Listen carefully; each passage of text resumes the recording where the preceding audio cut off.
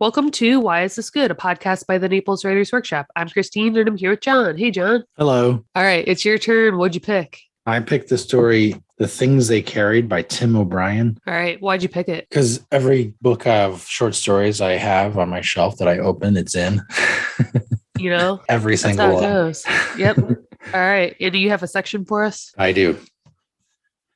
The things they carried were largely determined by necessity. Among the necessities or near necessities were P38 can openers, pocket knives, heat tabs, wristwatches, dog tags, mosquito repellent, chewing gum, candy, cigarettes, salt tablets, packets of Kool-Aid, lighters, matches, sewing kits, military payment certificates, sea rations, and 2 or 3 canteens of water. Together, these items weighed between 15 and 20 pounds, depending upon a man's habits or rate of metabolism. Henry Dobbins, who was a big man, carried extra rations. He was especially fond of canned peaches and heavy syrup over pound cake. Dave Jensen, who practiced field hygiene, carried a toothbrush, dental floss, and several hotel-sized bars of soap he'd stolen on R&R in Sydney, Australia. Ted Lavender, who was scared, carried tranquilizers until he was shot in the head outside the village of Tonkay in mid-April. By necessity, and because it was SOP, they all carried steel helmets that weighed 5 pounds, including the liner and camouflage cover. They carried the standard fatigue jackets and trousers. Very few carried underwear. On their feet, they carried jungle boots, 2.1 pounds, and Dave Jensen carried 3 pairs of socks and a can of Dr. Scholl's foot powder as a precaution against trench foot. Until he was shot, Ted Lavender carried 6 or 7 ounces of premium dope, which for him was a necessity. Mitchell Sanders, the RTO, carried condoms. Norman Bowker carried a diary.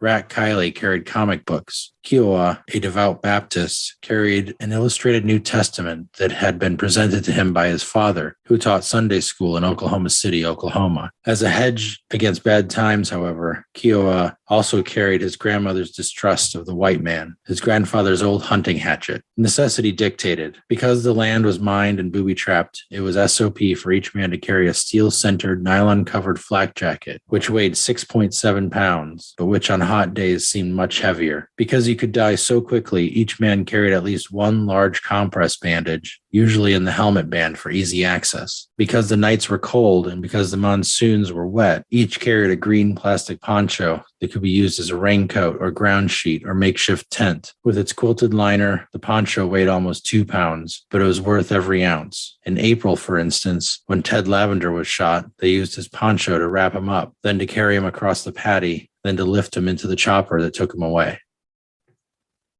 So obviously you said you picked this because it's one of the most popular short stories that's referenced. And believe it or not, despite that, John, I had never read it. And that is because I'm the least well-read person doing a fiction podcast in the world.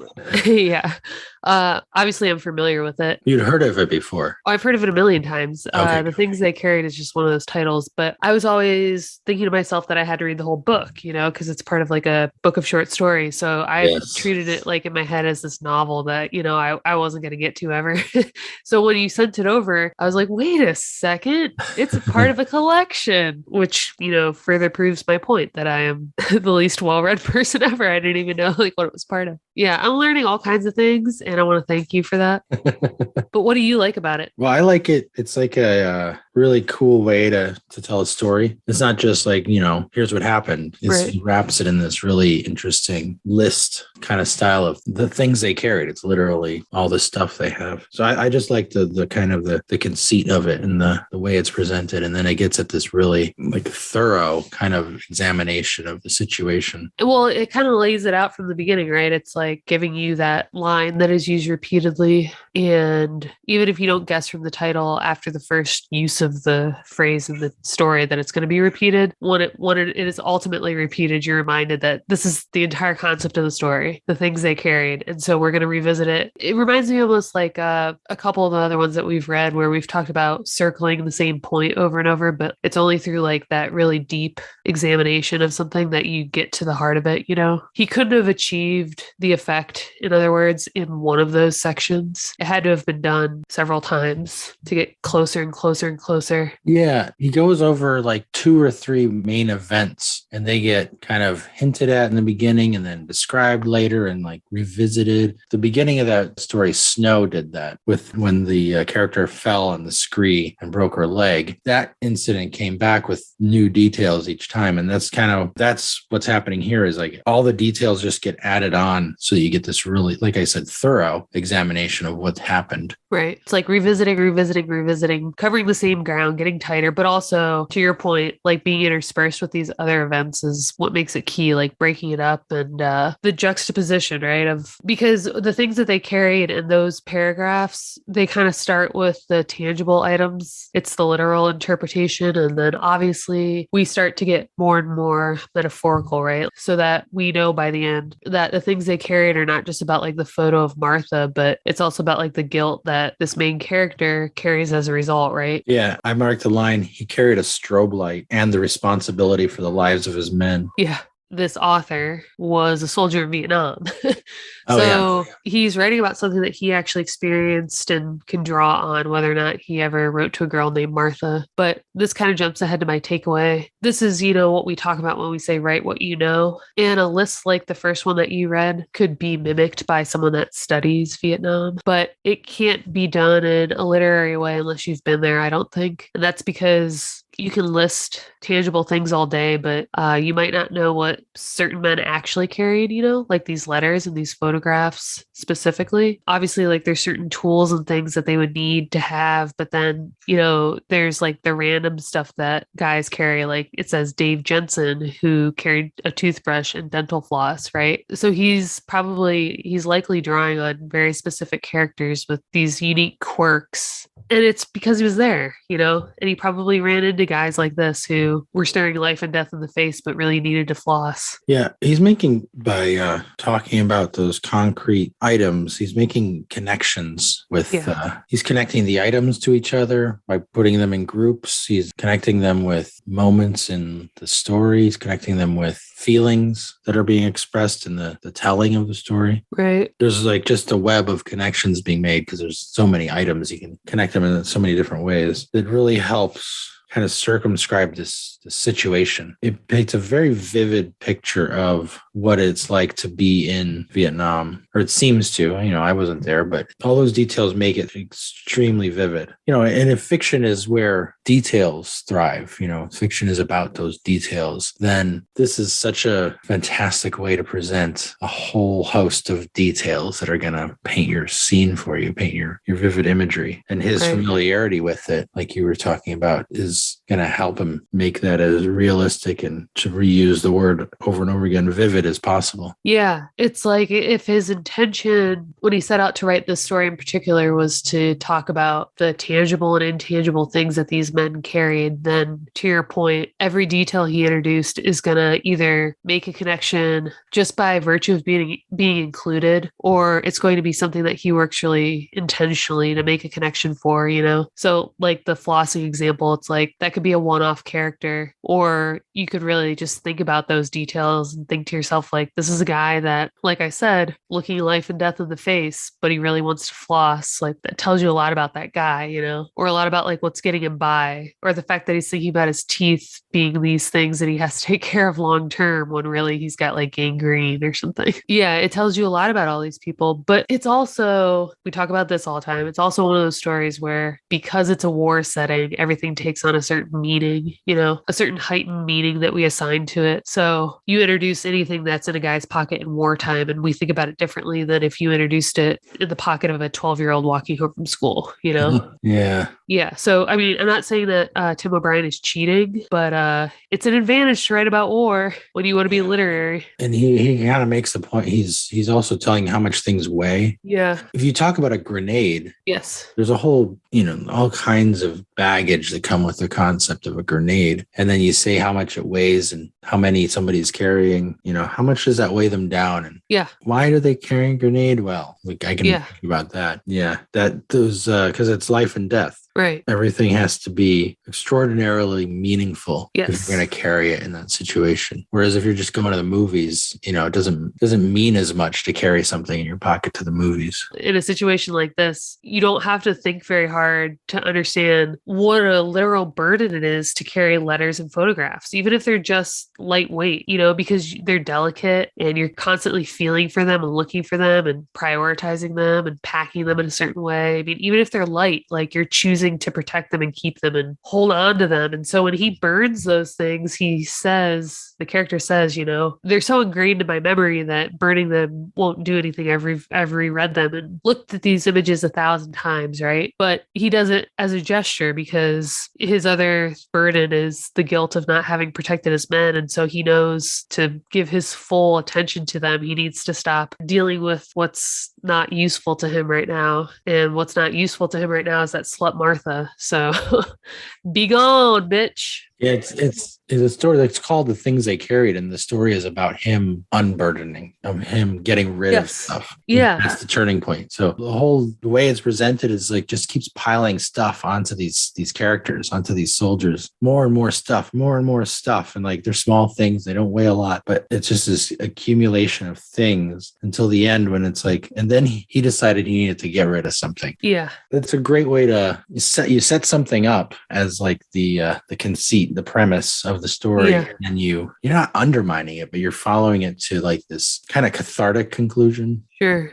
A way to find the emotion in it. Like, what does it mean to accumulate things, or what does it mean to get rid of things? Yeah, it's like introducing the natural opposite of that action. Yeah, you're right. That's a good formula almost. You might be able to describe it too as just building up what's most important to a character just to thwart it. Yeah, that's a way to think about it. Because we talked about before that all these things gather meaning because of the situation they're in. And dispensing of them also does something to that meaning. Right. Creates new meaning, creates new import and significance. Like I'm imagining now like a kid with something in his pocket on the playground. If you wanted to do that same thing to that kid that Tim O'Brien did in this story, it would be to really build up whatever special rock he has in his pocket and all the things it's been through and why he holds on to it and the couple times he thought he lost it. Just to have him either like decide to give it up or have it taken away, Gives it to the little kid that's crying or something. Yeah. Whatever he ultimately does with that rock is only important to the reader if you've successfully set up why it is going to be so difficult for him to do that. Yeah. So it's like, what are the stakes? We talk about that a lot, especially in our short story group. Like, what are the stakes for this character? The stakes can be whatever you want, but unless we know them, like we can't appreciate the outcome. There's no emotional attachment to your plot unless I really truly understand what it's like for that character to give it up. So, had this story started with a soldier burning war photos, you'd get a lot of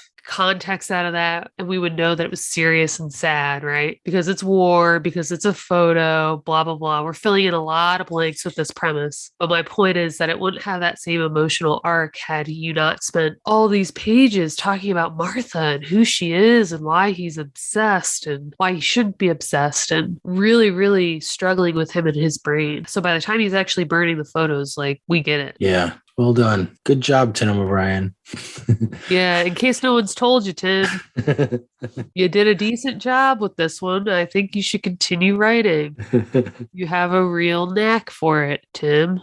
I guess one thing I'll mention is there's like one moment when it mostly is kind of this omniscient point of view where it's just like, here are the generalizations about the situation. This is what people carry. And then it dives in and says, this person carries this and this person carries that. But when it goes into someone's thoughts or feelings or mind internal reactions, it almost always goes into Lieutenant Cross, except for one time where he winds up after the guy gets shot. He digs a hole, a little foxhole, and sits in the bottom of it crying. He's just overcome. He's like, I can't believe that happened. I was thinking about Martha and he got shot. And then it cuts to the conversation between the other guys. And we get like their point of view on him and how they see the lieutenant. Like, man, he's really crying. He loves us. He's looking out for us. Right. And I thought that was such a, someone's going to come along and tell you, maintain your point of view. Don't change your point of view, because that's the rule I read somewhere on the internet. But it's fine. It works. Tim O'Brien doesn't care about that kind of advice. He's strong enough writer. But this is a good example of why sometimes you need to do that. Sometimes it's important to change the points of view and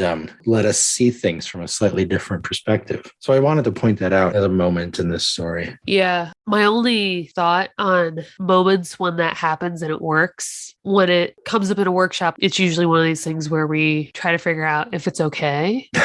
Yeah, that's true. We're always struggling to figure out if we should tell the writer that they messed up or that it doesn't work that way or that they broke a rule. And that's a lot of times that's a result of it being presented to a workshop, right? And then in a situation like this, it's published. And so you as the reader that you are, John, will notice it. But I think the average person might not notice it as this stark, abrupt shift. My point being in all of it, though, is that I would never tell someone to intentionally head hop this way. No. As a once-off. But to that point, I don't think Tim O'Brien made a conscious decision to do it either necessarily. I think like it's one of these things where like a seasoned writer, an expert writer almost just slips into it in that moment, just decides. It's not even a decision. It's just this unconscious thing that happens. It's where the story takes you. Yeah, it's the closest that I've ever come at least to a character taking over, right? A certain writer, I think, can feel themselves just like write a sentence and it just naturally comes out. I think if your story brought you to a point where you're suddenly head hopping, I don't know, it could work. Other people, I think, make a decision. I'm going to show you this, or they aren't expert enough to realize that they did it in the first place. You know, that's not an example of it being naturally done. You'd be hard pressed to convince that writer, perhaps. No, I think what you're describing is that when the experienced writer wants to express something within the story and they're following the logic of the story itself may suggest to them, or like their understanding of how the story needs to or ought to progress from this point will suggest to them that they need to impart information onto the reader that might not be within the head of a character, and they need to tell it from within the head of a different character. Sure. And they might not think about it in those specific analytical terms, but they will sense it in some way and do it because that's where the story is taking them. I think that if the story if the story requires that, or if the story is made better by doing that, don't automatically pull back from it because you've read some random internet advice or read it in a book or something. Yeah. Don't let these hard and fast rules like cramp your style. Or change the story that you want to tell. Yeah, because it really can. Do you have a takeaway that you would like to elaborate on? I know I hinted at mine. Yeah, my takeaway it's nothing concrete or specific. I could easily say, this story is told in a really the story is not told in an ordinary straightforward way, like event. It's wrapped in this conceit. It's really this interesting idea. And, kind of a naive takeaway would be, why don't you come up with a list of things that people carry? No, don't do that. But my takeaway is we can tell stories in really different ways. We don't have to always be strict about narrating. You can find other ways to get to a story, to like circle an idea or figure out or portray a situation that isn't just describing a scene and a character moving in that scene and then moving to the next scene. So that's my take. It's just the walls aren't there. We have to the horizons to find ways of telling stories. Well, John, my takeaway directly contradicts yours, which is I think you should come up with a story about a list of things that people carried, because I think yeah, I'm embarrassed. When I was giving the example of the kid on the playground with stuff in his pocket, like, I think that's a story. And I think everyone has stuff in their pockets. And I think you can absolutely start a story with that premise, and you could really, really do a well-drawn character. It doesn't have to be the things they carried. It's the thing he carried, or the thing she carried. Yeah, I think that's like a writing prompt. That's not necessarily... Okay, listen. My point, you can go somewhere with that. Wait, and my point is that you could go somewhere with it, but also, like, I don't know, go ahead and copy this guy.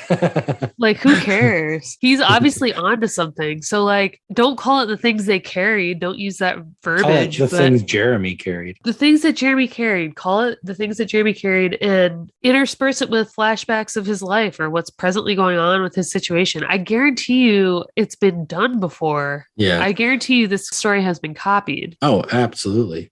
Like intentionally, like, not copied. What do they call it? What do you call it when you like do your own spin on something? A cover? It's been covered.